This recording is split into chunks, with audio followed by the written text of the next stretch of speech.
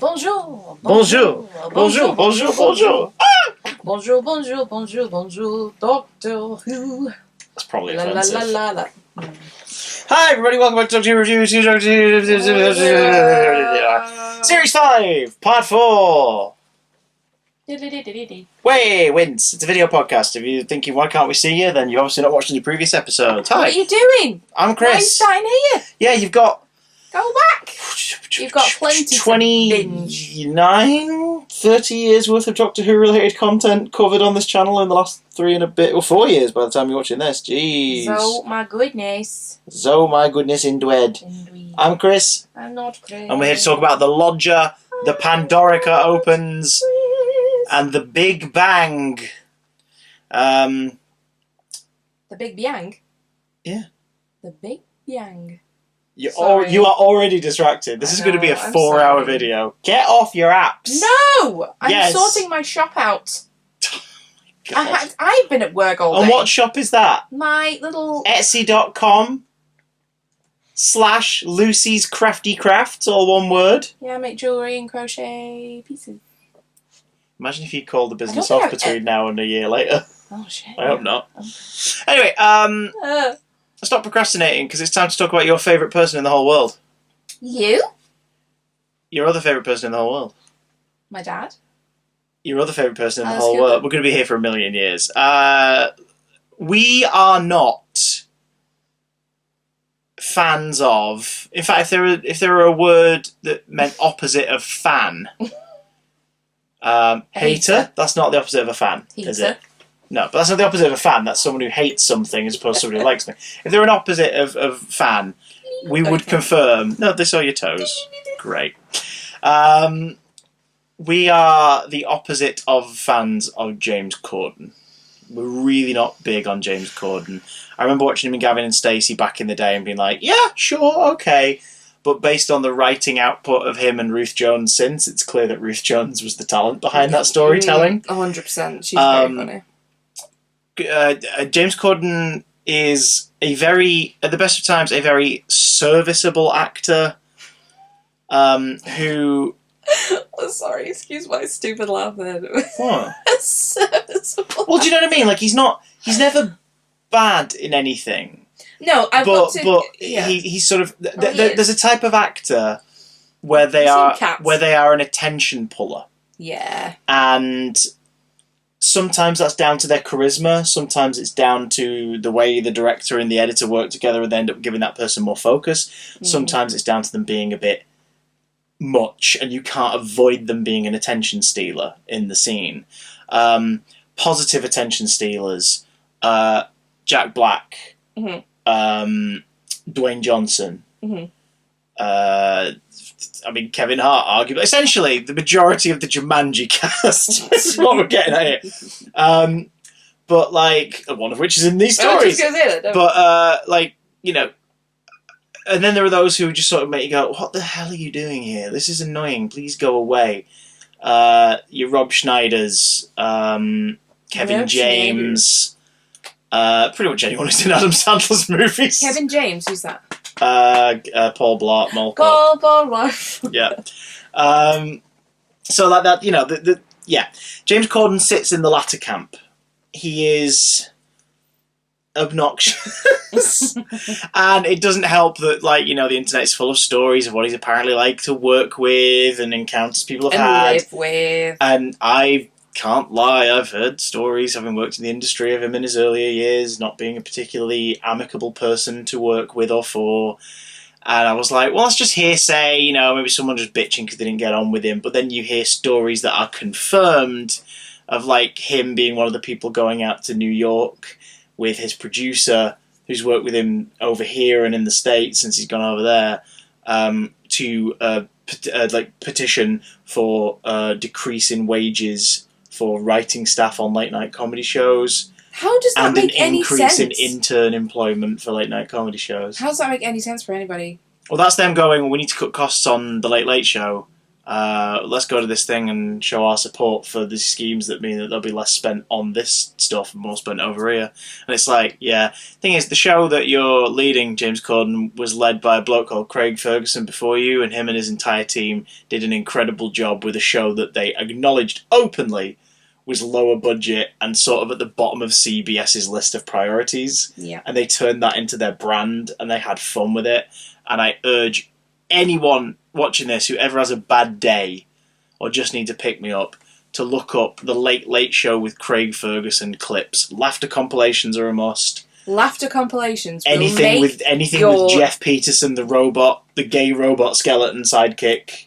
I feel like we need to watch it again now. Just go watch Late Late Show with Craig Ferguson, and then skip forward and watch some carpool karaoke on the Late Late Show with James Corden, or any interview on the Late Late Show with James Corden, and feel your appreciation for actual joy and creativity sapped away from you as you watch the Late Late Show with James Corden.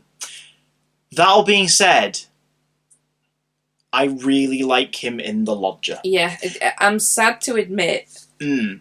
I'm really, really, really sad to admit. I thought he was good. It's not a distracting guest star plucking. I think that is helped by the fact that the episode is essentially a three-hander between Matt Smith, James Corden, and the always fucking excellent Daisy Haggard. Yeah. Like, it's a three-hander between them. Mm-hmm. With highlight, obviously, on Matt and James, and the reason their chemistry works so well is because they've done the History Boys tour together. So you feel there's already this... little clique. Yeah, so you feel the friendship and the jealousy and the things that, like, mates go through. Like, you feel all of that in a very genuine way during the story from Craig's POV. And it's because the two of them worked together on a show for a long time. So it's like, yeah, I buy it. I absolutely buy it. You ever seen that? The History Boys. Mm. I've not seen the performance. I've not seen the film adaptation. I read it once. I read it. College. Read the book. The play. But, yeah. I'm sorry, that hiccup was adorable. Thank you. There'll be more on the way. Isn't he just the cutest, ladies and gentlemen? Star-Lord Teats. I'm trying to reclaim this T-shirt for a good Chris. Anyway, the point is we're just talking about problematic Hollywood people today, aren't we? It's great. So welcome to our visual podcast about people we hate. Chris Pratt. Sue. Well, that's the thing. We can get over the hiccup of James Corden being in this because he was enjoyable, and at least that means there's no other reason to feel a bit dodgy praising The Lodger. So let's see who wrote this one. Oh.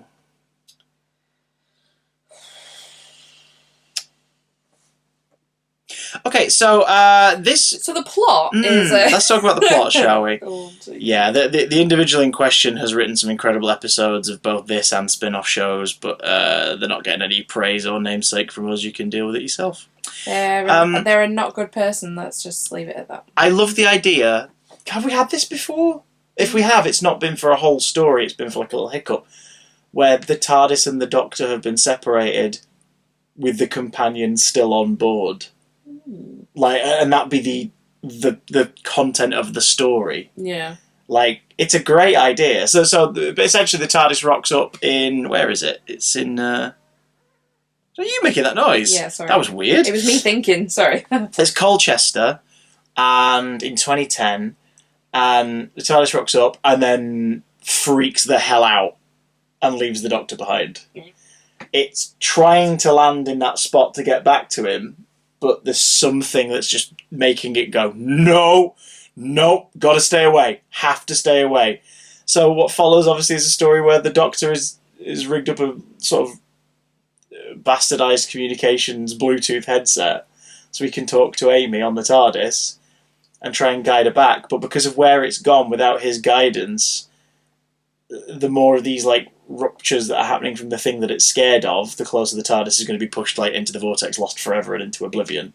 So Amy's got like a limited amount of time. Yeah. From the Doctor's POV, it appears it's a good like week or two or whatever. I love that. I love the idea of that. I think that's really fun that he has to try and get it back in the most low-tech way possible, and they just keep tabs on each other slightly. And things keep happening in the TARDIS like it's...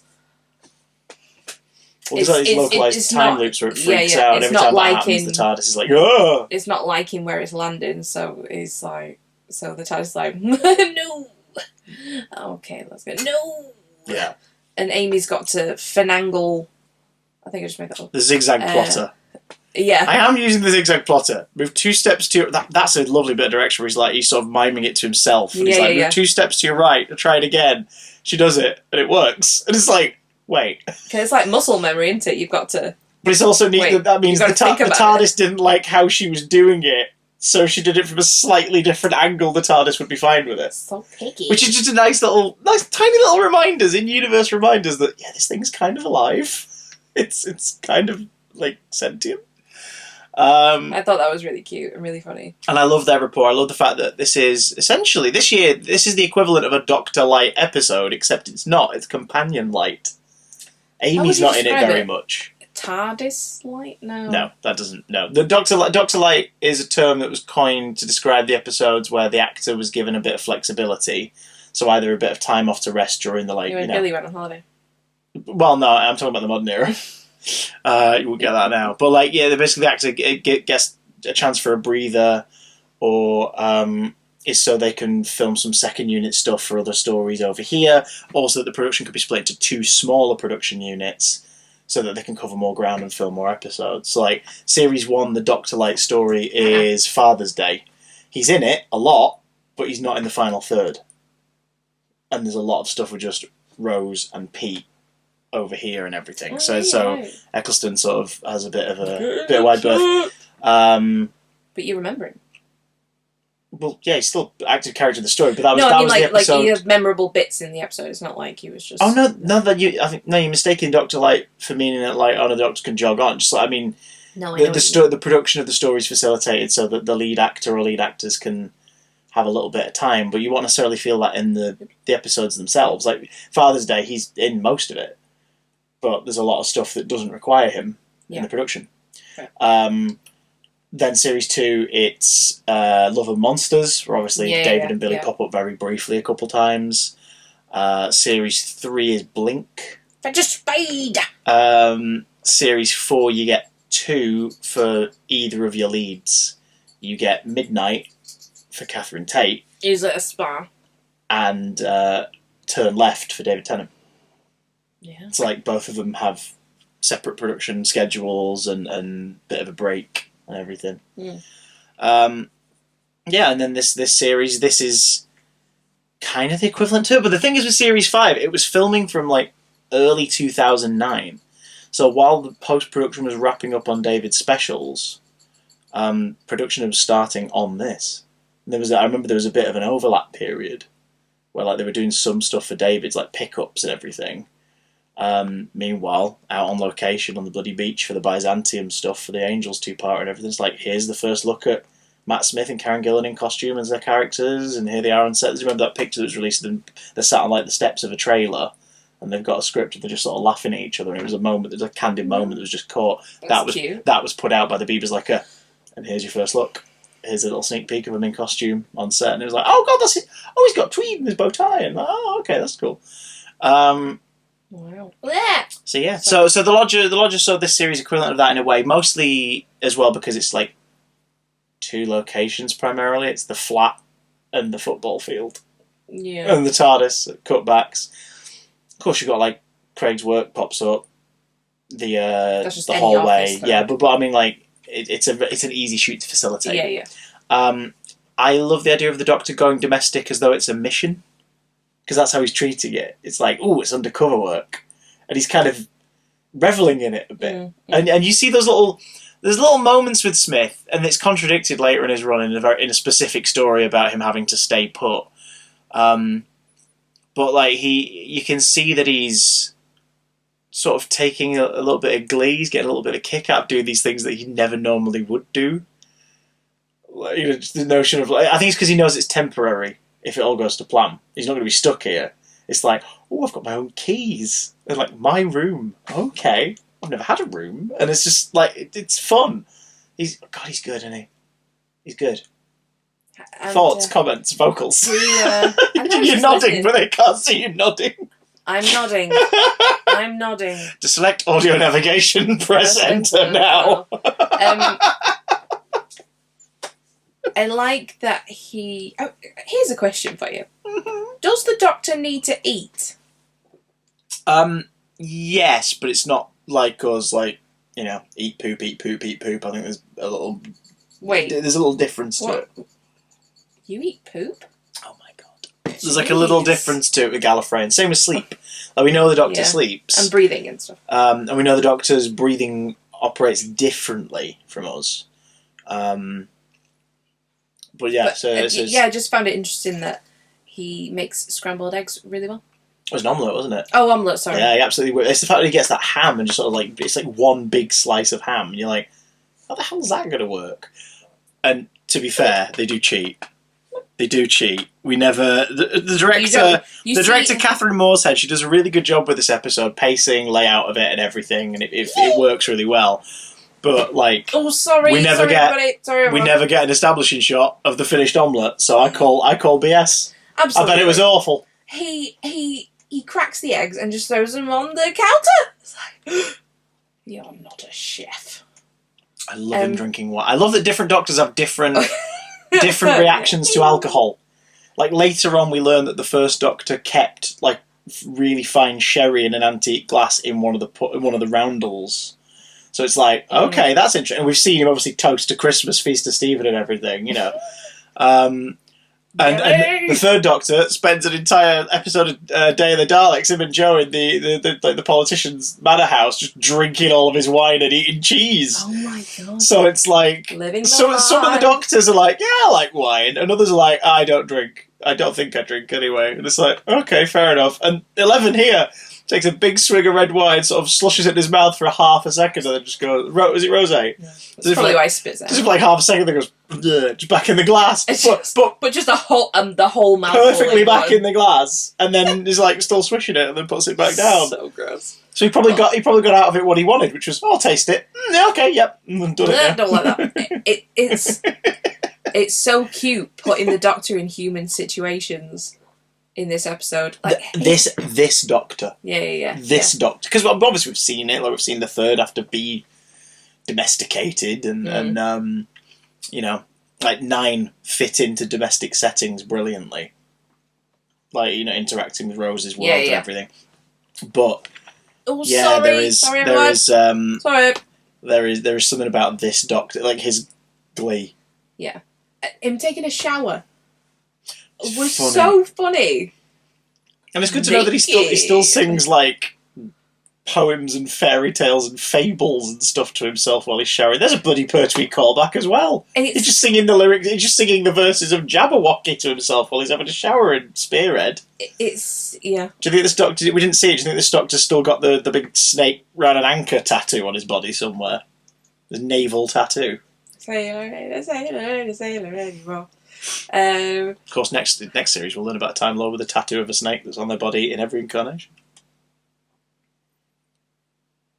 You're looking confused, but you don't have to look confused because, like, in a couple of videos' time, we'll be talking about that episode. Okay. In real life, it'll be in about 3 months, but okay. I forgot what I was going to say. James Corden, Daisy Haggard. No, the Doctor. Custard creams, football. Oh, it's kind of like the Doctor is excited about these mundane things. Yeah, which other incarnations? Really, which other incarnations would hate? Other incarnations would be bored about or find frustrating. This one's like, oh, go on then. Oh, it's a game because it's almost like he's not experienced that for such a long time. Yeah, I'm good at football. I think. He's sort of like, do you remember which one? And then he's like, is that the one with the bats or whatever, the sticks or something? It's like, no, it's the one where you kick a ball with your feet. He's like, oh right, balls and feet. What's that from? CBBC. Oh. It's me and Hacker. There's a theme here that's a little inconsistent. A couple series from now, he'll get stuck on Earth, or have to stay on Earth for a story, and he gets really bored really quickly. But I think the difference there is tea break. He's being forced to stay Sorry, he's being made to stay for the sake of the story. Whereas in this, he's got no other choice, so he's making the most of it and enjoying himself. Yeah. But yeah, I like the lodger a lot. I think the threat is really cool. The idea that there is a floor that never existed, but everyone's just kind of assumed it was always there because that's what it wants you to feel. Yeah. And when they said it, I was like, no, I'm not buying that's a freaking cottage. And then you see that final shot after the ship takes off and the house goes back to how it looks, and I'm like, oh no, it's an annex. No, I totally believe that. It's an annex I absolutely believe it. At the side of the house on a busy street. Not a busy street. I've seen those. People get extensions. And also, it's Colchester. It's Colchester. So you're talking down south, there's a lot of people like just expanding property and renting it out as flats and stuff. Seemed weird. You remember where I lived in Ealing? I do. It was like a oddly tall house, basically beaten into 3 flats. Yeah. And none of them made sense in terms of their layout. Not a single one of them made sense. The lady underneath it was going deaf, so her TV was very loud. Very loud. But yeah. I like the threat. I like the fact that the actors who play the versions of the thing upstairs, you never see them lit from the front. Mm. Which is because at first you think that's just the way the light in the hallway is, or they're at the top of the stairs, but then you realise, oh no, that's just what they look like. Oh, that's unnerving. That's really creepy. And I like the resolution that it's a ship that's stranded. It's plonked itself here. It's an attempt at a time ship as well, because he talks about like someone's trying to make their own TARDIS. It's an attempt at a time ship that's got stranded without its pilots, and its AI on board is doing the best it can to get repair, because what it needs is a psionic link, specifically someone who wants to travel. Mm. That's what it needs. So of course it's just been burning through people, like children, men and women, just like burning through them. It's gonna take Sophie, and then when it realises the Doctor's there, it's like, oh perfect, you really want to leave, like this will be brilliant. It's like, oh god, but the backfeed of it all is just going to explode everything. So the feedback of it all, not backfeed, the feedback of it all is just going to explode. I was going to say, what's a backfeed? So essentially it's the day is saved with love, but I don't mind it because there is enough of a logical setup in it. Do you know what I mean? Mm. Of like, Craig wants to stay here and he has to really focus on like being grounded. Eventually the ship's just going to go like, Christ, okay, fine, all right, whatever. Like, just leave them be, essentially. We do sort of find out who the ship belonged to and what it was doing there. Next series. Mm-hmm.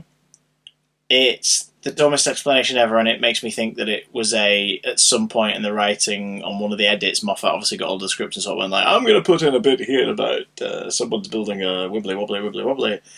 And see, your then they reuse the set next series in a specific scene where you go, oh, it's meant to be these guys, but it doesn't make sense. And that is something that unfortunately, because we know what's coming, does haunt the 3 episodes we're talking about today. Because you know that some things are never actually going to be paid off. It feels like... The Lodge is fun. Can I get a word? Yeah, no, go on. I just don't want to dawdle. Go on. It feels like... Oh, my God. Sorry, my slippers are fluffy and... They didn't see that. You could have talked over that and they wouldn't have seen it. Oh, sorry. Anyway, it feels like now is the time that it's starting to slip in. Oh, we're pulling the threads of this big jumper. I mean, it doesn't in the episodes themselves, but it does because we know what's coming. Exactly. Yeah. Because we know what happens. It's like, oh.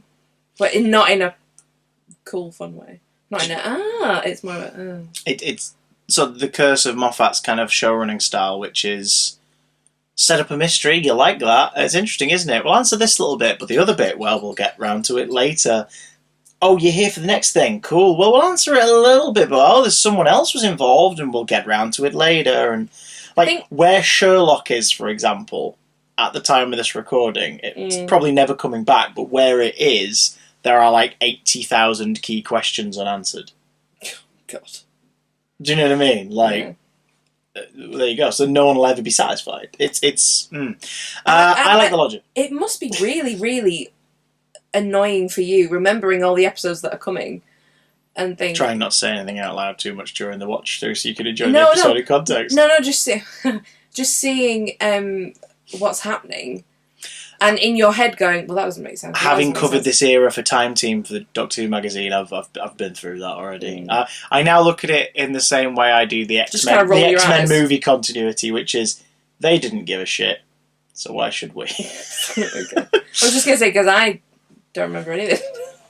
Apparently. In conclusion, again, Your Honour, I like the Lodger. Do you like the Lodger? I like the Lodger. It's really fun, isn't it? Mm-hmm. It's really, really fun.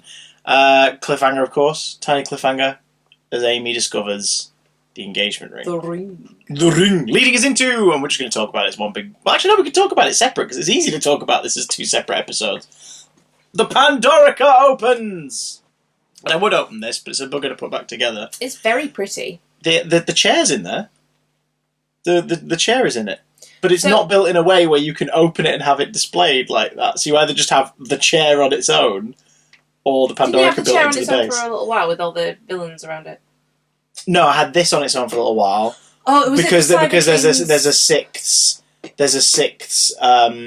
side to this, which is currently underneath it on the table. Oh yeah. The base is part of the chair. So when you build this, there was a lot of toys out around this era, and the second wave of third wave I think of Series 5 figures was some re-releases, some new ones, like Angel Bob, for example, was part of that wave. So you got the jacket and everything and the communicator.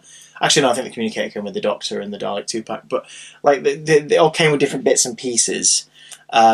Policewoman Amy, I think, got a separate release in that wave at one point. Because I think I had two of those, and I've sold one of them. I've kept one from the TARDIS 2-pack. But yeah, so they did a wave of figures. And each one of them came with one of these, which has, as you can see, a CD included. If I can get one out without disrupting the whole thing. This CD, for example, is Doctor Who and the Auton Invasion Part 2. It's an audiobook of the Spirit from Space Target novelisation. There are 3 of them on here. There's the Auton Invasion. There is the Cave Monster. Yeah, so that each CD has one half of the story on it.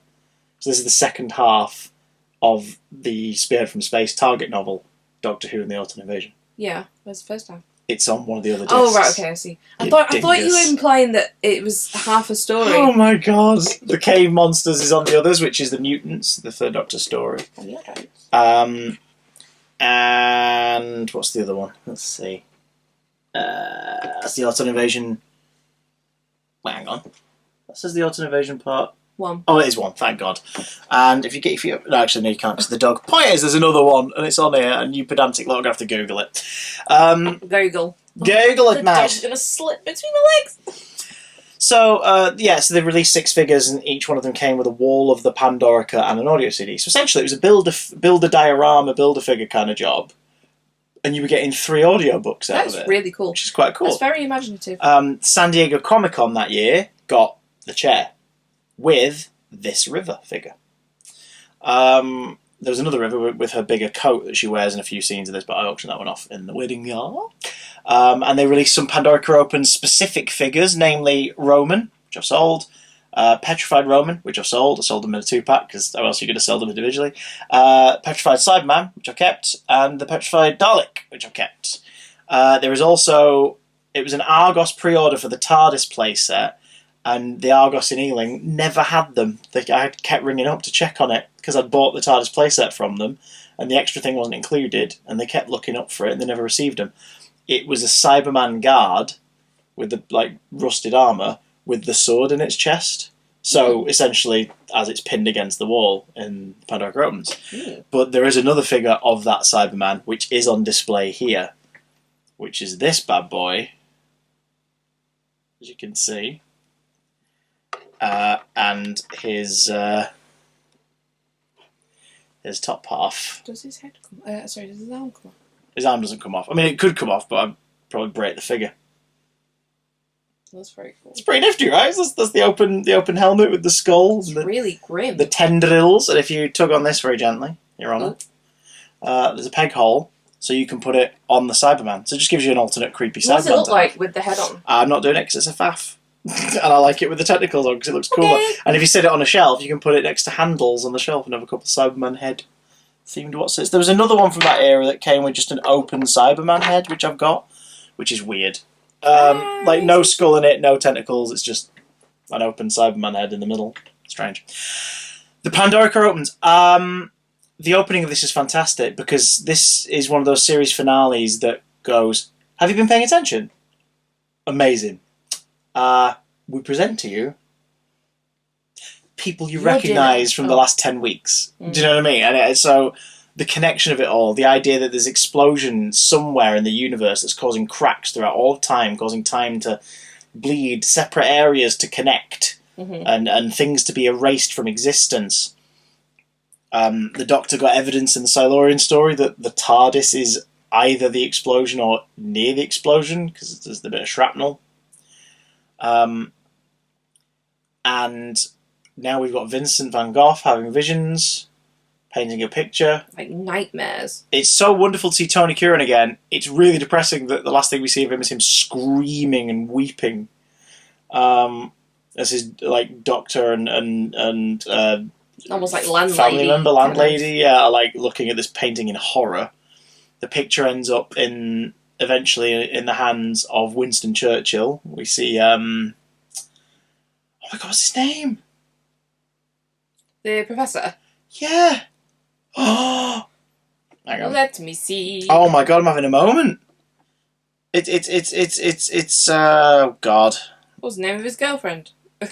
Belladonna. I don't flipping know. Bracewell, Professor Bracewell, Bill Patterson.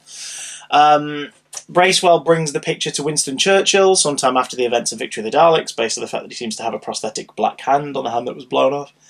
Brought it to Churchill because the painting clearly depicts, as we see, the TARDIS. It's one of those very famous pictures now that associated with the series. I had a poster of this somewhere. Yeah, posters, bags, fabric, prints. And what's the picture called? Oh crap! The Pandorica Opens. Opens. Title shot. And yeah, Bracewell's basically obviously you've got to deliver it. This is a message, you've got to deliver it. So it's about where Churchill keeps it. And that eventually, he phones the TARDIS, but the TARDIS apparently reroutes the number to the Storm Cage prison, where River takes the call. Mm-hmm. River gets hold of it. I'm trying to remember how this works now.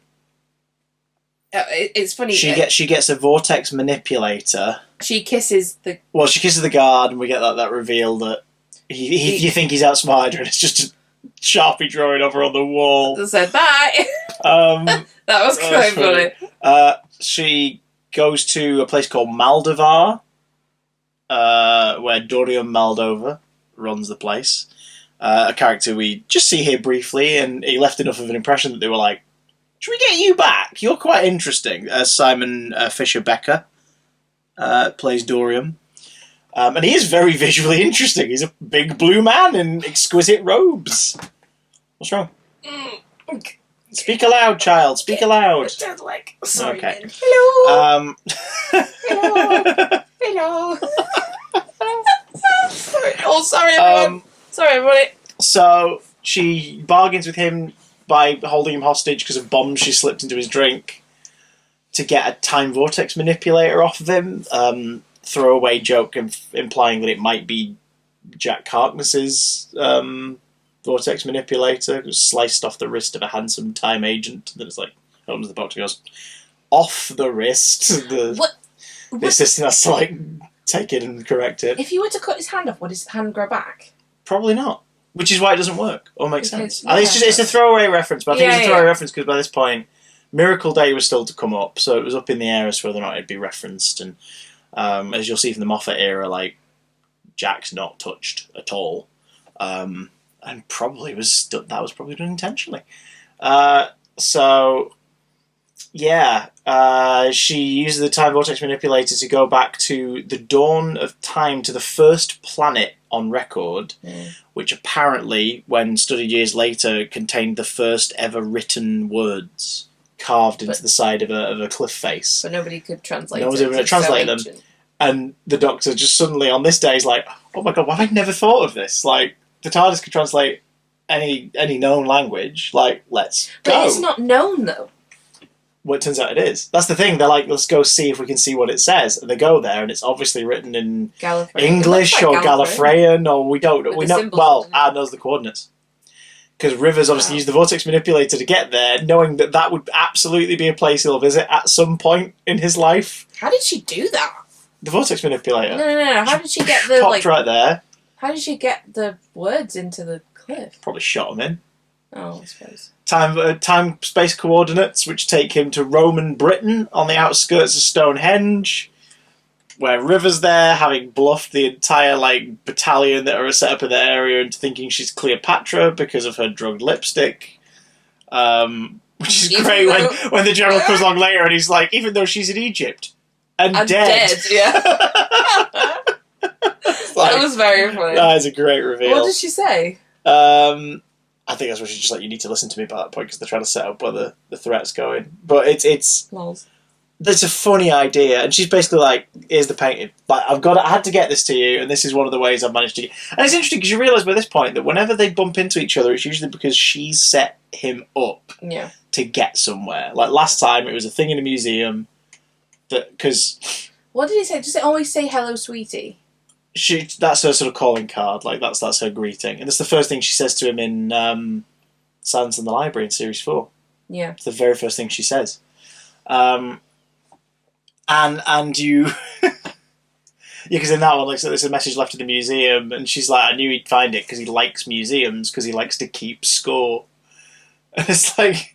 So she knows him so well, she's playing completely off of how predictable he's going to be, in ways that no one else is really thinking of, but she is. I bet he hates that as well. But kind of. He's intrigued by it. It's like, because it's her. So the Pandorica, we finally learn what it is after all these little mentions of it throughout the series. The Pandorica will open and silence will fall. We now know that the Pandorica is a prison located underneath Stonehenge. And this implies that Stonehenge was created as a marker for the people who put the Pandorica here to find it if they needed to find it again. Which I kind of love. It's a great idea, right? Because everyone always goes, what's it about? I mean, we were there a month ago at Stonehenge. It's an amazing place. It feels very electric there. Like there's some kind of... Well, they put them Wi-Fi boosters in, didn't they? Mystical connection to something. Because they go underground as well. To the Underhenge, as they refer to it. Yeah. That is such an interesting... Oh my god, was that teeth, is it? It was a very interesting idea. Because they do genuinely go underground, and it's like, well, why? What is under there? Yeah, where's anyone? Everyone always speculates, like, so why would they put up this way? Is it a thing of worship? Is it to do with marking the time? Or this, that, and the other? And the implication here being... Oh, while you're all up here wondering what the hell the stones are about and why they're in place, what you not realising is they're here to mark what's underneath them. And we're going to go down. And that's where the Pandorica is. What is inside the Pandorica, according to the legend? The scariest creature, godlike. It's referred to as... Beard. A creature that falls from the star. A creature or a trickster. Or a god that falls from the stars and basically your planet is never the same and it is destroyed, that your civilization is ruined. Of course, it turns out that's all a matter of perspective, because when we learn what's really going on here, you're like, yeah, of course the people who made it have that perspective of this creature. So the episode does an amazing job of setting up that throughout the series, we've been told that the Pandorica will open and silence will fall. The Doctor's like, the Pandorica's a myth, that's a load of crap. And now here it is. And he's like, okay, someone's gone to an awful lot of trouble to create this prison that has a million different locks and all this, that, and the other, and it's now started to stir awake. It's stirring as though it's being opened from the inside. Mm-hmm. So either whatever's inside it has figured out how to open it, or there was a timer and it's opening on this day and they need to learn why. Meanwhile, the signal's going out throughout all time and space, and a shed load of ships have shown up. Shed load of ships. We get some name drops of things like Draconians and Sontarans and Slitheen and Dravin, and it's like, okay, it's pretty cool. But I love that they start by being like, they tap into one, you hear the Daleks. It's like, oh no, and then the Cybermen, oh no, and then the Sontarans, you're like, oh no. You hear the Daleks, and the River's like, Amy's spooked because she knows what they are now. It's a Cyberman signal or fleet or something. And the Doctor's like, no, it's a Dalek. You said it's Dalek. It's clearly Dalek. And meanwhile, the viewer can already hear the mix of voices. Yeah. And it's like, no, it's a Cyberman one as well. And it's like, no! What? You've got to run, Doctor. Get in the church. Well, I love that that's River's thing. She's like, just this once. Whatever the hell this is, get out of here. Does she not know that he's going to get out of it because... Well, no, because she's not... At this point, chronologically, she's not met him after this story in his personal future. This is the youngest River we've met so far. My brain. Because the one thing that cocks up the stakes of this story is the River we met at the end. We met in Time of Angels and Flesh and Stone. Says you'll see me again when the Pandorica opens, and he's like, "That's a fairy tale," and she's like, "Well, spoilers." So she's been through it. That River's been through this adventure. Yeah. But that implies that they get out of this adventure. Yeah. This needed one throwaway line of, "But we met you," like just Amy saying, like, "But we met you after today. Like we must win," and just one of them to do the usual throw in the thing of like, time could be rewritten. Yeah. Like it's like a good point. Like that River might have made it out of this, but doesn't mean I'm the same River. And it's like, oh, good point. My career. I love the build up. I love that we've had hints throughout the series. We still don't know, because even the Doctors are like, what does this have to do with an explosion? Like, what is it? River goes to the TARDIS to try and get more information and gets taken back to the source code of the universe, which we saw in the Angels two-parter. The source code of the universe, like the ultimate kind of the narrowing down of what the universe is in terms of classification, and it is is it 26? Is it 2606 2010? Which just so happens to be the date of airing. The date of airing for either... Oh, for the Big Bang, for the last episode, went out on the 26th of June, 2010. So, and the Doctor's been mentioned before, that's Amy's time. Like, that's her era. What's going on? The TARDIS takes River to Ledworth, to the house. Someone's smashed in and broken the doors down. The place has been ransacked, and amongst all the stuff is a book of the Roman Legion, complete with that commander on the front. Badly photoshopped. Pandora's box, because Amy's made both mention, that was my favourite subject at school, that's my favourite book, and even the Doctor's like, what's going on? Like, even he says, like, never ignore a coincidence. Unless you're busy, and then always ignore coincidences, and he tries to carry on with solving the Pandorica thing. But the other notion, of course, is freaking Rory's here. But he's dressed as a... He's a Roman. And then when the Doctor talks to him, he's like... No, in Amy's room, there's a picture of her and Rory. Amy's dressed as a policewoman, and he's dressed as a Roman. Yeah. Yeah. It's like, oh. But it's the whole thing of, like, he's here because, like, something has gone to her house and has taken notes. And they've used his human companion to construct a trap, to construct a situation that he wouldn't be able to resist. Yeah. And the idea being that it's just like, obviously she's going to be into it and everything. Oh my god, this is really exciting. This is really cool. So they're going to stick around. They're going to hang around just long enough for the Pandorica to be opened. Rory's back. I love that. I love that he's just there. And there's a whole scene. Well, he saves Amy from the Cyberman, the essentially the original lone guard for the Pandorica, a Cyberman that's rusted to hell and fallen to pieces. And we'll talk about the Cybermen in a second. But Rory saves her from it. She's knocked out from the jab. And you get this whole scene where the Doctor's just spouting exposition and talking to Rory like he's always been there. Has that moment, leaves the room, and then you hear him drop the cyber guns. And it just walks back in. He's just so like...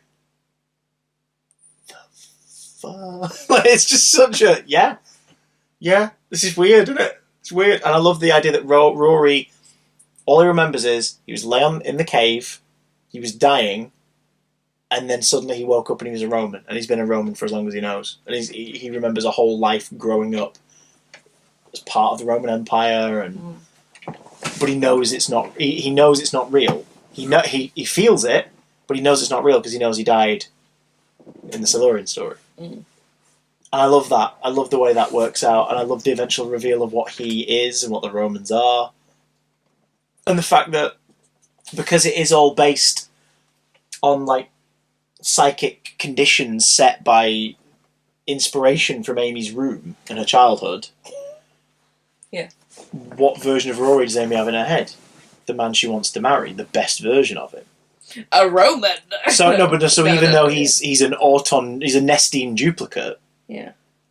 He's Rory. Like, he's not Rory, but he's the closest damn thing you're ever going to get. Yeah, and he's just...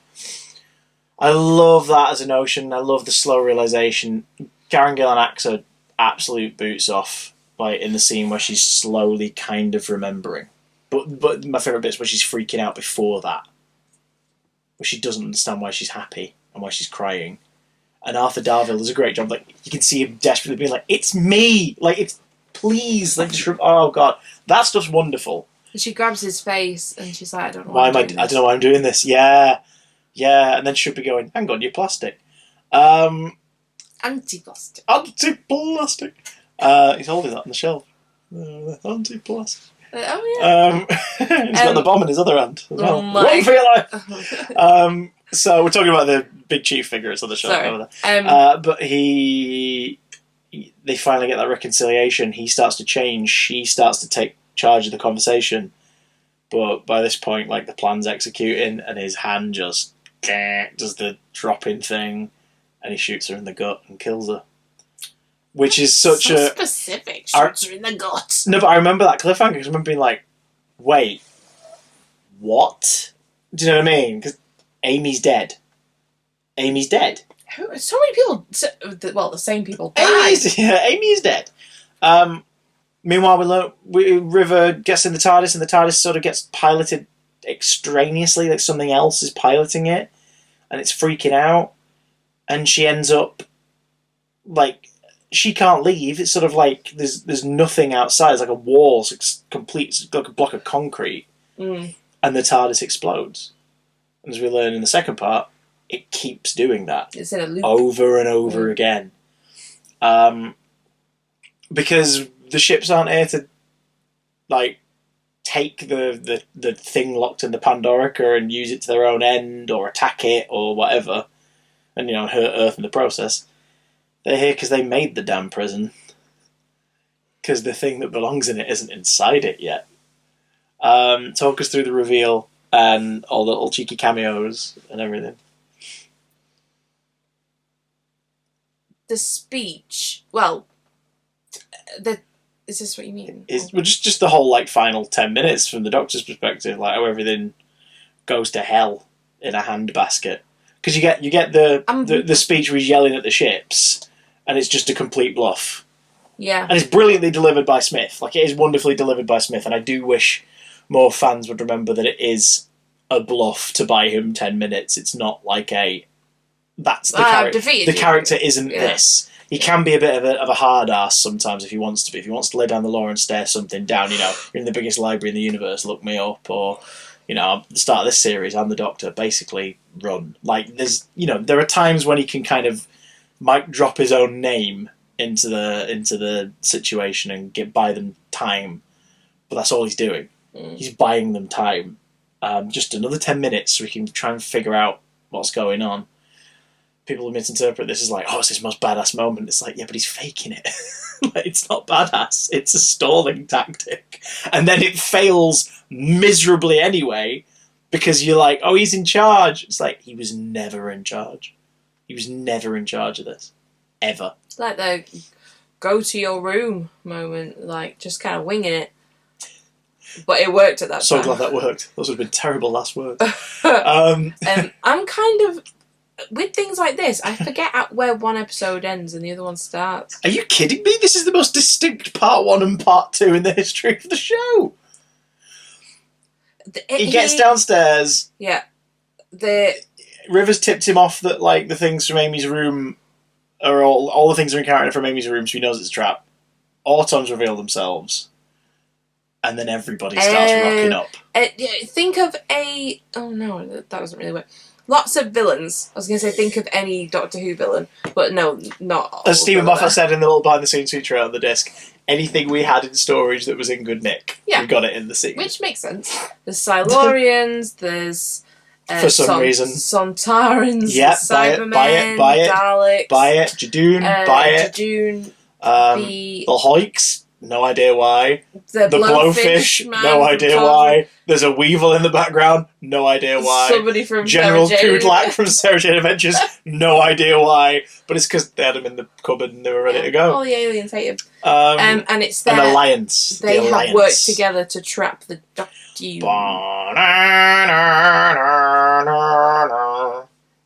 love the use of Sideman music throughout the episode in little places to tease that they're going to be part of it.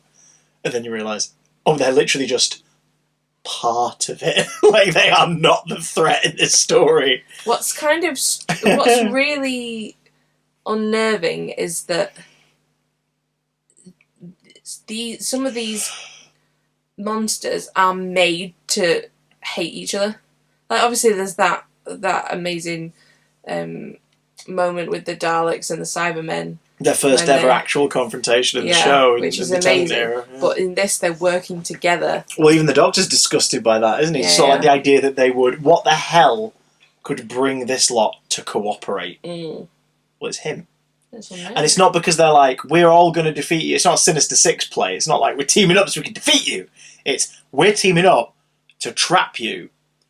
Because all of our data is suggesting that this thing that's slowly erasing the universe, these cracks in time, are caused by you. And he's like, but it's not me, because he's starting to put it together. He's like, it's not me. It's the TARDIS. And I'm not in the TARDIS. And they're like, good. Because only you can pilot the TARDIS. And he's like, it's not true anymore. And they're like, don't give a crap, mate. Get in your box. Because that's their plan, isn't it? And as you learn from part 2 as well, the box is there. It's got like this restoration field inside it, which essentially it keeps you alive. Because then that way they know what you're doing. Yeah. Do you know what I mean? It's like, I guess if depending on what kind of creature you are, if you die, you kind of transcend into something else. So it's kind of stopping regenerate, or it could be something where they can play dead and use their advantage, or so like you think that they've died but they actually escaped or whatever, and it's like, no, I'm just going to keep you alive. It's going to keep you alive and trapped forever. Because it's the only way we can be sure that you're not going to cause this thing that wipes out the universe. Of course, he's pleading because he knows that it's happening. The event has already started. Was that amazing shot, like, from the ground, where he's being dragged to the box and he's like pushing his feet, but the way that Matt plays it looks so genuine, and it's like, if you were a kid watching that, you'd be like, oh my god, he can't stop it. He physically cannot stop it. What's he gonna do? But we know the Doctor. He's got little tricks up his sleeve. Well, he's got a good team behind. Yeah, there's okay. So talk about a couple of things before we move on to the Big Bang. Forgot to mention Liz 10 at the top. Sophie Okonedo pops up briefly again. Seemingly, possibly on Starship UK. Liz 10. Oh yes, Queen, mate. Sorry, yeah. Definitely older, which is sort of a nice little PS to her story, because it implies that now that they've figured out the Starwell thing, she's probably like, take me off whatever it is that's keeping me going. Like, I'm going to live out the rest of my life naturally. I'm going to keep doing what I'm doing, but I want to die when it's on my terms. Yeah, there's no need to keep her alive for that long anymore, because everybody knows the truth, and there's the star whale is happy to help instead of being tortured. We get Christopher Ryan's final appearance as a Sontaran. Playing... This one's got a name as well. This is Commander Stark. Did they all begin with S? There's a recurring theme. They don't all. Tonight, as we're recording this, it's the night War of the Sontarans went out on BBC One. And he straight up name drops Lynx as well. She's like, why Earth? And he's like, he talks about the warrior Lynx staked his claim, planted his flag in the ground of this planet centuries ago. We're here to make sure that sticks. And it's like, okay, because you forget the start of the Time Warrior is him rocking up at Irongrun's castle, stepping out and putting a goddamn flag in the earth. Which is such a great image. But yes, the S names has been a recurring theme since then. Definitely in the modern series, they've all had an S for a name, except for the Sarah Jane Adventures character, Commander Karg. He's the exception to the rule. It's weird. You would think that you'd keep it going or not. What? So, like, well, no, I'd rather than not, mean? Because eventually you're going to run out of vaguely... Every name will eventually just be trying to sound like a previous name, but they will all just meld into one. So I like the fact that even this one-off, though, has got a name. He's Commander Stark. But it's weird that so many S's, and then there's a K, and it's like... The first one was an L, so technically the S's are the wrong ones. Okay, fair. But do you know what I mean? I know what you mean, but I also know that either do much or like don't Moffat with his mystery box logic and the X-Men movies, doesn't matter. They didn't care. We shouldn't either. I really love this as a part one. I think it's an incredible setup. And it makes me love the Big Bang even more, because the Big Bang goes, how the hell's the Doctor going to get out of this one? How the hell are they going to resolve it? Well, not any of the ways you would have thought. No. The first episode is high stakes, big build up, every sort of antagonistic alien force ever, like an army of nesting like Roman autons. Everything's gone to hell. How do you do part two? Suddenly we're with Amelia Pond on Earth, and things are a little bit different. And she dreams of and paints the stars, and her auntie and like a therapist, like, what the hell are you talking? What we've told you before. There's no such thing as stars. They don't exist. Why do you keep talking about them? And it's just this weird notion of, oh, the hell's happened? Like, what? Huh? Because of course, Amy, as we know her, is dead back in the Roman Empire. Like, so of course, modern Amelia's life's going to be different because the Earth has changed. I love the opening of this. I love the setup. It's ridiculous. The little clues that the Doctor's involved somehow. Like, as we said, when the leaflet goes through the front door, suddenly in 2021 on a flat screen 50-inch television on Blu-ray, it's very clear that that's Matt Smith on the other side of the glass. And it's like, I wonder if people noticed that on broadcast, or whether or not that's just something that we're noticing because the quality of watching it is slightly different compared to how it would have been 11 years ago on like a smaller telly or whatever. Do you know what I mean? I guess maybe because it happens so quick, they were assuming that people wouldn't notice. And the fez might throw people off, his head shape being different. Oh, right, before we forget, part one, the Cybermen. Oh my god. Yes. Yes, now. I just bit my toe. This begins Moffat's obsession with zombie Cybermen. Like Cybermen that are not quite full power. Like, there's a lot of that in his era. There's more of that than there is full-powered Cybermen. Of these boys, the chunky boys. Like, Once Nightmare and Silver Star. Oh, even after that, they're like resurrected dead people or from graves and stuff. So he's got a bit of a thing about the Cyberman being like a zombie parallel rather than Borg parallel, which I know is the other way around. Shut up.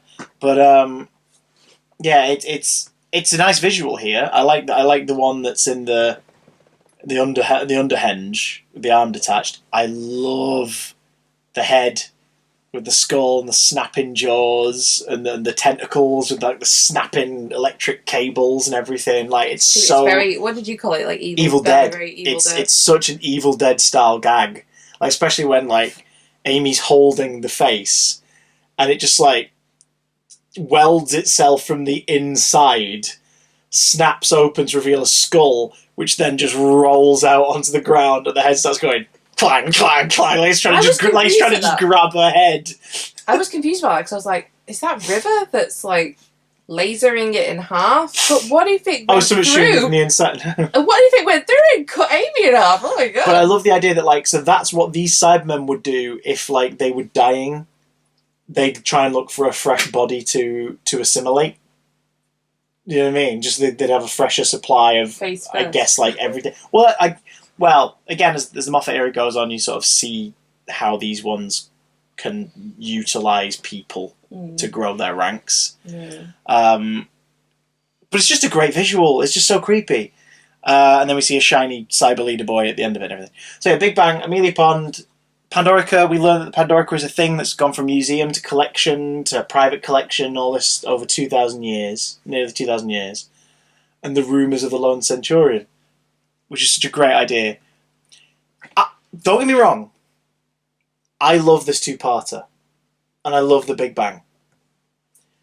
Its resolution, in terms of the cliffhanger, is a massive cop-out when you think about it. And it's very Moffat. How does the cliffhanger of episode 1, Amy dead, the Doctor trapped in the Pandorica, those two things, how do they get resolved?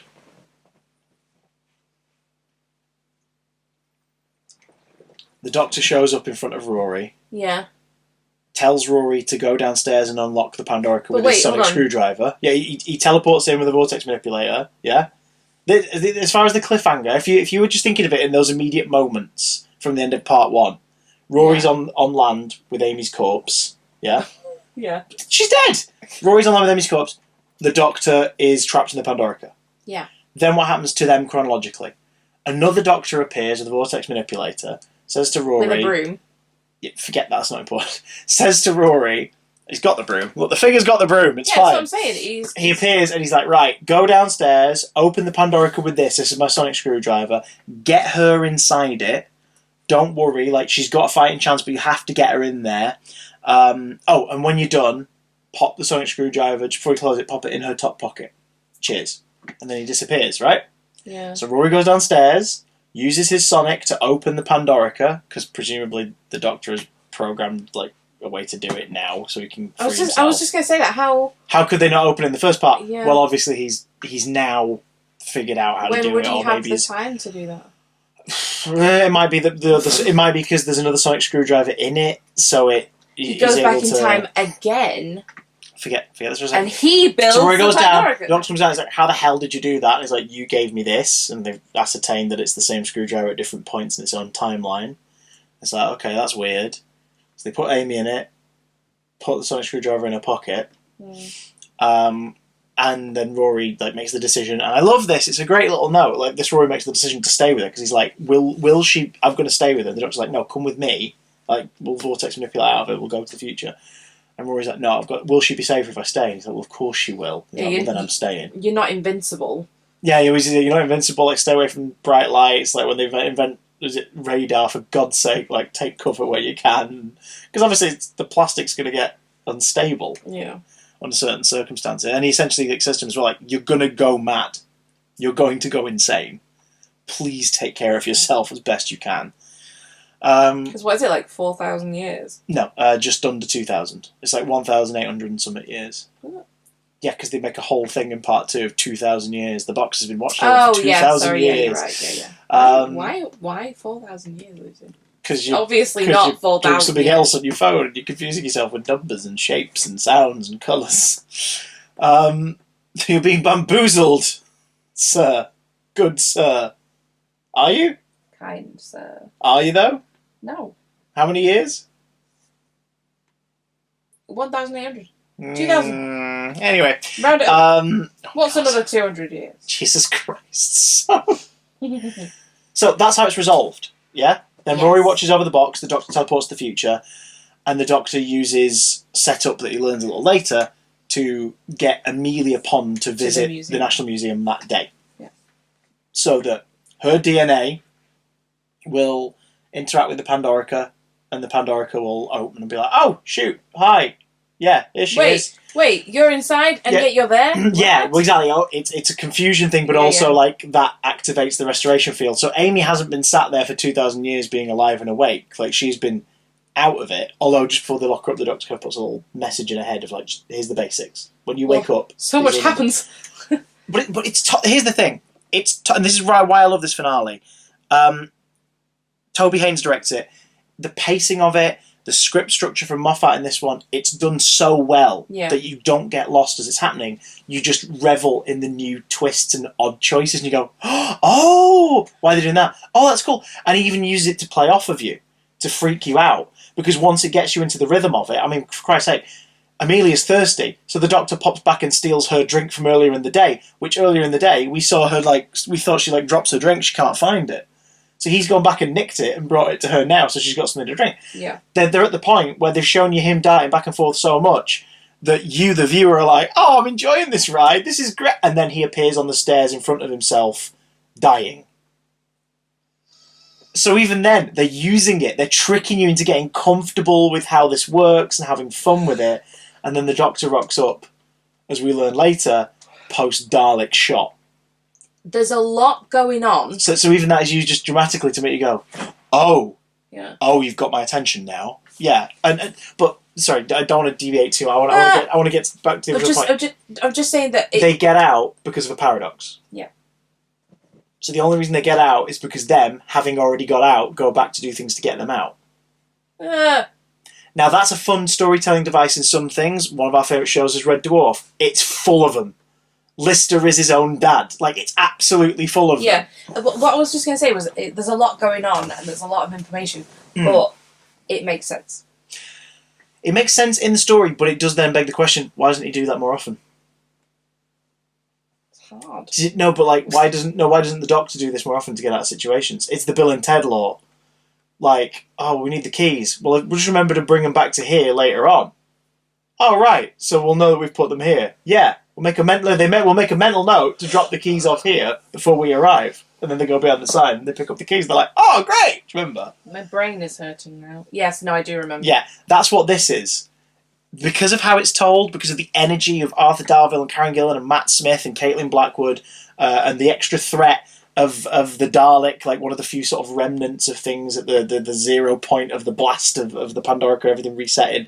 The petrified Dalek being woken up by the restoration light, giving us the really cool image of a stone Dalek trundling through the museum. Not at full power, but no less terrifying. Because of the way it's done, it's really enjoyable. And that will never be taken away from it for me. I will always enjoy it. It was very exciting. But the moment you think about it, you go, no, this isn't earned. Because if you're telling me that they could do this to get out of any situation, just if I get out of this, I'll come back now and do this thing. Yeah. Then why is he not doing that all the time? Yeah. And it's made more obvious to me because the lodger has that in it.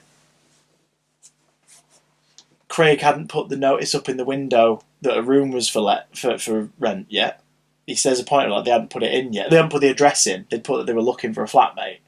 Or you put it in that to contact day. that number. The Doctor shows up to the door, and you realise by the end of the episode that Amy wrote the note. It's in her handwriting and in red pen. So at the end, she's writing the note for them to go drop it off. And this is full of that. And obviously the point is they're playing with the idea of time paradox. The only reason Amelia comes to the museum is because the Doctor lures her there. So, but... That sounded sinister. Well, if you think of it as sinister. The strange 900-plus-year-old alien man was just luring the tiny child to stay in a museum after dark on her own with no one to help her. What's wrong with that? But anyway, but you see what I mean? It's I also love how little Amelia just kind of goes okay, and goes along with everything, not really knowing exactly what it is, but then before she can ask any questions, she disappears. Because she hasn't met him yet, so she doesn't know who he is. Yeah, she's not. She's obviously having therapy sessions, but it's not because she met the Raggedy Doctor. It's because she sees stars. She has visions of things that don't exist. Yeah, it's... Do you know what I mean? It's one of those where it's once you realise that narratively this can be achieved, it's bit of a cop-out. But because of the way the story is told, the writing, the acting, the direction, pacing, and everything, you don't care. No, because it's a really fun ride. That's what I was saying. It's a fake, clever popcorn finale. It's long and convoluted, but doesn't feel it. No, and it feels like it makes sense. until you delve into it. Yeah. And now my brain hurts. I love that the Pandorica contains a blueprint of the universe as it was meant to be before everything went totso. So that the plan is basically it needs enough energy. If that restoration field can restore the Dalek, if it restored Amy to being alive, then what we can do with enough power is restore the universe. Big Bang 2. Factory reset. I'm sure I read somewhere, correct me in the comments if I'm wrong, I'm sure I read somewhere the original title for this was Big Bang 2. I'm glad they didn't call it that. Yeah. Because I think also it would be a bit of a giveaway that it's like, well, what does that mean? Whereas obviously in this, I love the fact that he describes it as like Big Bang 2. And it's like, oh yeah, because like, they're going to reboot the universe. It's like, that is a great idea. And they use the TARDIS to do it. And the Earth's sun is the only source of energy in the galaxy at this point. And then we realise it isn't the sun. The sun's gone. Because there's no stars. It's the TARDIS. And it's doing it where it's exploding where it is to keep Earth warm whilst it's still around. It's like, oh, that's so good. It's such a great idea. River's still in a loop in it. Yeah. So there's a message transmitted. I'm sorry, my love. I'm sorry, my love. I'm sorry, my love. I'm sorry, my love. How annoying. Yeah. Wow. I like her ballsy moment with the Dalek. That's very cool. It's one of those times where it works and it's earned because we know this Dalek is not at full power. Like an Auton blast to its eye stalls it. So it's not at full power. And then she makes the whole point of like one blast to your eye stalk with, and she even lists. She's like, it's not just any bullet. Like she's got one specific thing, and you see her loading it into the gun while she's talking to it. It's like one blow of this down your eye stalk will completely fry you. Like you'll be gone. And it's like information suggests that associate with the Doctor, you will not. What is it? You will show mercy. And she says, "Yeah, what was it? I'm Professor River Song. Check your records again," as she aims the gun at its eye stalk. Takes a moment, then it's like, mercy. Oh, shit. Again. Mercy. One more time. Mercy. Just shoots it dead. It's like, oh. She's a badass bitch. And it's kind of like, do you know what? You can have that, because I think if any of us had the chance to face down a Dalek and know we were actually going to get out of this alive and win, I think we'd be feeling a little bit like badass and cocky about it as well. I'm a boss-ass bitch, as you just mimed very quietly, but your face is in shots wheel, so you do it. Oh. I like the idea that it needs the Pandorica needs to be piloted into the explosion for this to work.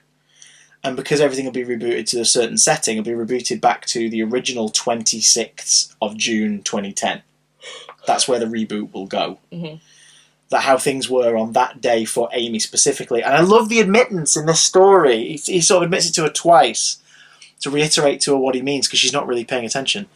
He's like, when I said that there was no reason, like I didn't pick you for a reason, like I just wanted you to come travelling with me, I lied. Yeah. And you realise as he says it, from episode 1, a thing that we as the viewers haven't really questioned. Your house was too big. Yeah. So many empty rooms. You lived with your aunt. Where was she? Where's your mum and dad? Like, and you sort of go, oh God, yeah. But she does that as well. Even she's confused, because the thing then is that crack in your wall, this thing that erases people and things from time, it's just been slowly doing its work in your house ever since you were a child. And like the whole time it's been messing with her head, because like as far as she's aware, everything's normal. It's just so horrible, because you realise that, oh my God, there is an entire existence like for her family and the people around them that never happened because everyone forgot them. And it's so disturbing. So like, it's sad. I love that, and I love that he says you'll have your family back. You won't have need for your imaginary friend anymore. Love that, and it's the perfect bookmark. This episode's the perfect bookend. Sorry, for the fairytale vibe of the series, because once he reboots everything, they go back to, well, she wakes up on the morning of a wedding on the presumably on the 27th of June, or maybe it's the 26th, and it was after midnight that like she went away in the first place. But she wakes up. Oh my God, that's just made me realise something. Cool. That means that when the Doctor goes to Rory's stag do, that's probably in the days before that night. Yeah. That's confusing. Anyway, my brain hurts. That, or Right. or because it's a very small village, he's having a very, very last minute stag do. Well, isn't it tradition to like do it the night before? Yeah. I mean, why would you do that? We didn't do Who tradition. would get? We'd be buggered off to America. Who would get drunk the night before their wedding? We got very drunk the night before our wedding. At an Irish themed bar in Universal City Walk in Florida. Great. I like the fact that as time resets, he kind of slowly rewinds, like he reappears in the TARDIS. And he's like, I did it. Sweet. I did it. I escaped. I love it when I do that. It's like, yeah. But then he realises he's basically Christmas caroling his way through days of his life. We see sort of a previously unseen set off to an adventure and stuff, with Amy wearing the most garishly tropical outfit ever. Oh no. Just think she was going to Rio. I dressed for Rio! And then we get... I don't know what that accent was that you did then, but it was a good impression. Paisley. Which is confusing. Inverness. Is she from Inverness? I can't remember. Point is, he keeps flashing back. And you don't realise it until the end of the episode, but he's using it as a, hopefully this will work, last-ditch effort. Remember me. Because, I love this. So we didn't bring it up in the Angels review. But that bit in there where he goes back to talk to her while her eyes are closed, and of course when you watch the episode go out, and I remember people at the time going, it's a continuity error, you can see his jacket. Like he's got his jacket on. Well, you said to me, you paused it, didn't you? And you said, what's wrong with this image? Hmm. I was like, he's got his jacket on. Yeah. And you were like, remember left. Yeah. Because it's not... And I did! It's not the Doctor in that sequence. He did walk off. And he just sort of stays with her for a moment, which explains why no one else mentions it, because only Amy can kind of hear him. Mm-hmm. And she can definitely hear him in this moment, while her eyes are closed, and she's just concentrating on what she can hear. And then we see him, like, collect her from outside, because it's his personal timeline he's going back through. It's not the universe as it is without him. And Amelia's fallen asleep on a suitcase outside after the TARDIS sets off. So he, takes her to bed, puts her in bed. Stop shaking your head. It's not sinister. What does he do? He scoops her up and he puts her in bed. Exactly. It's not sinister. Takes her to bed is a... Never mind, let's just carry on. See how creepy she is. Anyway, and he sort of, because he knows it's the last chance he's really going to get to talk to her, even though she's not listening. But she is kind of... Well, that's the thing, because it's the way Matt Smith delivers it. It's not delivered like the Doctor's going, this is my final attempt. Like, it's not delivered like that at all. Do you know what I mean? This is my final attempt at saving myself. Like, that's not how it's delivered. Yeah. It's just delivered like he's kind of getting off his chest the fact that we had this incredible adventure together, and you're not going to remember it, but part of you is going to feel like something's missing. Yeah. And it'll be that that brilliant ship, and he talks about what is it? Something old. I can't remember what he says that's old. I can't remember what he says that's new. But then he talks about the TARDIS because he speaks about how I stole it. Did you know that? Well, didn't I borrowed it. I always meant to bring it back, and borrowed's a key word. And then he talks about, just very romantically, like, about how it's the bluest blue, and you can see that he's just like mourning the adventures he's never going to have now that he's about to be erased out of existence. But it's that careful wording of something old, something new, something borrowed, and something blue. Because then we flashed it, and I love how he then voluntarily chooses to go into the crack. He's like, I'm not going to do the rest. I'm going to cut the journey off here if that's all right. I can't stand repeats. Because obviously the implication is he's just going to live back through his life in its entirety. If he'd stuck around long enough, he could find out what the freaking Timeless Child stuff's all about. And he... Maybe at some point he'll be like, oh, that's when I was Joe Martin. Wait, I don't know what that is yet. I'm the 11th one. But I'm also the 13th.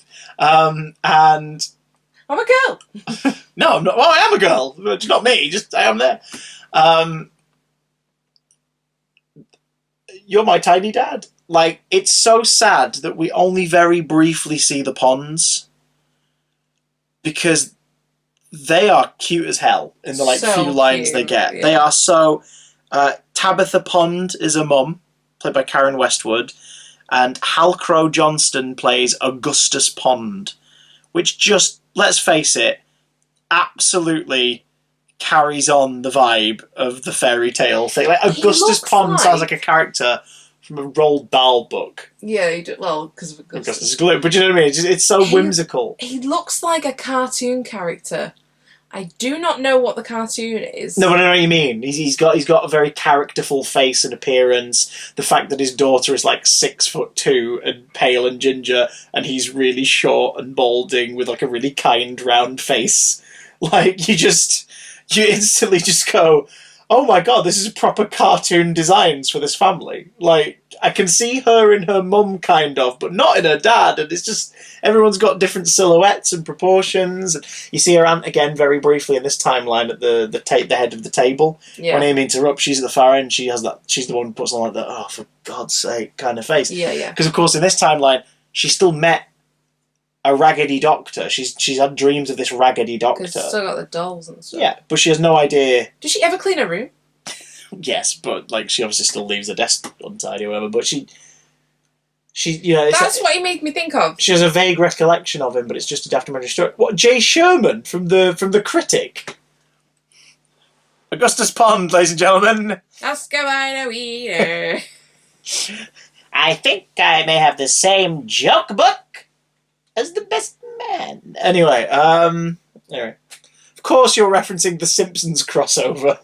Yes, that's a great episode. Would you like some cake? Then order it. John John Lovitz, talented comedian, massive prick. Anyway, it's not good. I love the ending.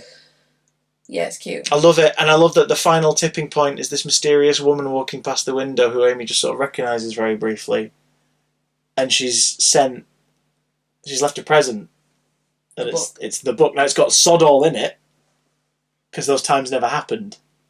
But obviously River's enough of a... Well, here's the thing.